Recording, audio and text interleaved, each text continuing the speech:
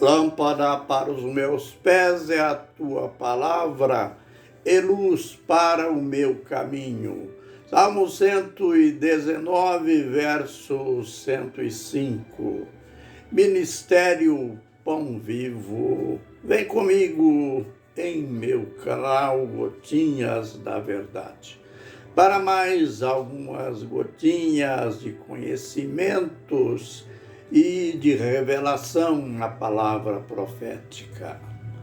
A gente prossegue aprendendo sobre a figura perfeita, histórica do anticristo. Isto baseado em Daniel 8, versos 10 a 12.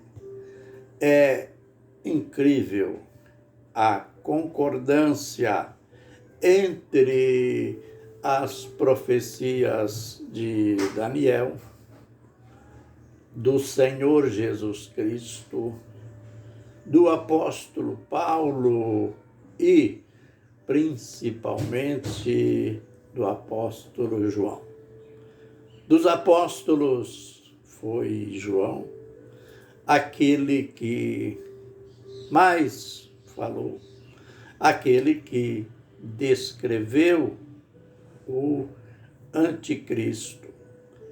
Mas não podemos nos esquecer que, no sentido original, quem falou primeiro, o pioneiro em profetizar, em revelar a vinda deste homem estranho, deste demônio, eu diria, em forma de homem.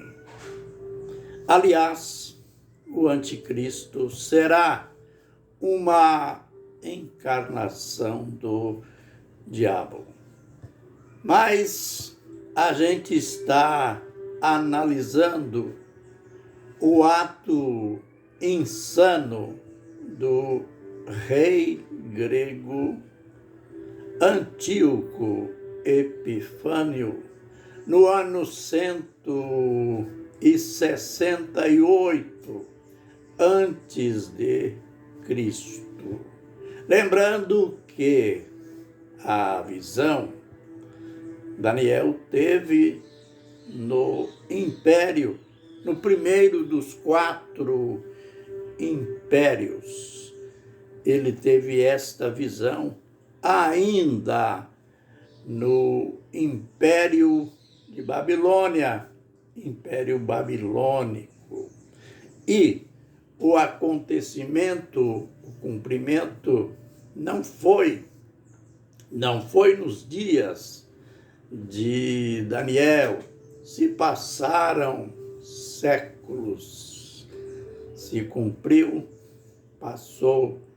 Depois, o Império Persa, em cujo império ele, Daniel, ainda estava em Babilônia.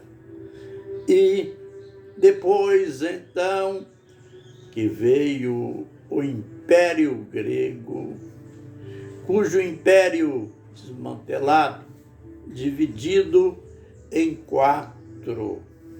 E foi desses 4 aquele chifre pequeno que o profeta diz que ele cresceria conforme cresceu para os 4 ventos da terra, para o norte, para o sul, para o oeste, enfim, para os 4 ventos. E não apenas no sentido geográfico, ele não cresceu apenas no sentido horizontal, cresceu também em sentido vertical, isto é, em sentido celestial. Mas, afinal de contas, quem eram os representantes do céu? Na época, sem dúvida, a nação de Israel. Esta nação que sempre foi vítima da oposição do mundo, das perseguições. É bom saber que Daniel estava em Babilônia porque o seu povo, Israel, foi levado para Babilônia cativos. Passaram 70 anos lá e eles tinham voltado. Quando esta profecia se cumpriu, eles tinham voltado do cativeiro graças à intervenção do rei persa Ciro, já então no período persa, no reino que veio após o Império Babilônico. Eles então já tinham construído Jerusalém, conforme o livro de Neemias descreve. Os muros estavam caídos porque os babilônios queimaram a fogo, o templo destruído, mas os judeus, de modo zeloso, trabalharam e reconstruíram a cidade, muros, o templo e os sacrifícios recomeçaram. Aqueles sacrifícios milenares que lá em Babilônia eles não podiam celebrar, pois estavam sem templo. Mas não perderam os princípios religiosos e agora, com o templo reconstruído, tudo voltou à prática.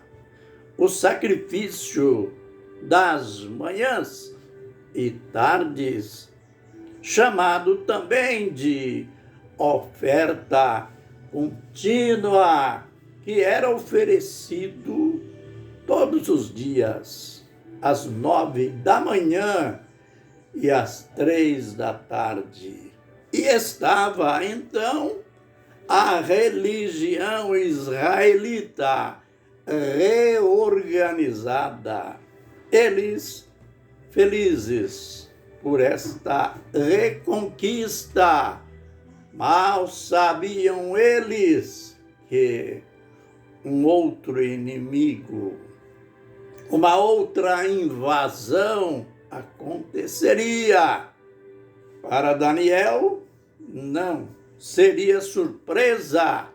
Ele teve a revelação. E esta invasão aconteceu no ano 168, já no Império Grego. Olha, isto é curioso. Israel, uma pequena nação, diz os historiadores. Aliás, a imprensa atual está mostrando constantemente que o tamanho de Israel, no sentido geográfico, é equivalente ao nosso estado do Sergipe. Então, no sentido geográfico, pequeno, mas o mundo, os inimigos, sempre tiveram os olhares voltados contra este povo. E o Império imperador, o rei grego que era conquistador, ele teve várias tentativas para conseguir a invasão, mas a oposição dos judeus era tenaz, era forte, porque os judeus sabiam que, perdendo a terra, perderiam o templo e estavam sujeitos ao paganismo, sujeito à idolatria, aos ídolos de outras nações. E foi justamente o que aconteceu. A invasão do templo, a profanação do altar, a morte dos sacerdotes, a proibição das práticas religiosas judaicas. E este acontecimento recebeu um nome, cujo nome a gente vai discorrer sobre ele no próximo vídeo. Os judeus ficaram em pânico, em desespero, ficaram desolados. Por isso, a abominação desoladora.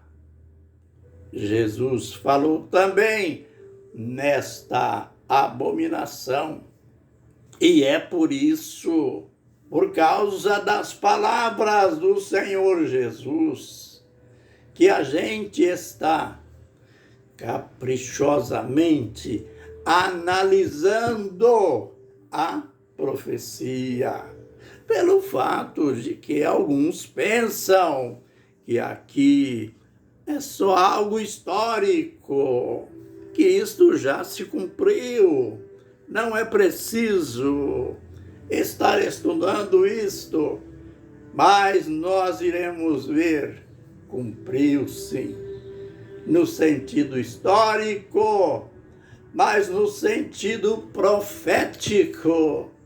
A gente vai ver no próximo vídeo que o próprio anjo Gabriel falou para Daniel. Isto se refere ao tempo do fim.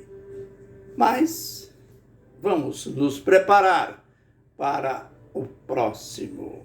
Fiquem na bênção e na graça do Senhor Jesus. Amém e amém.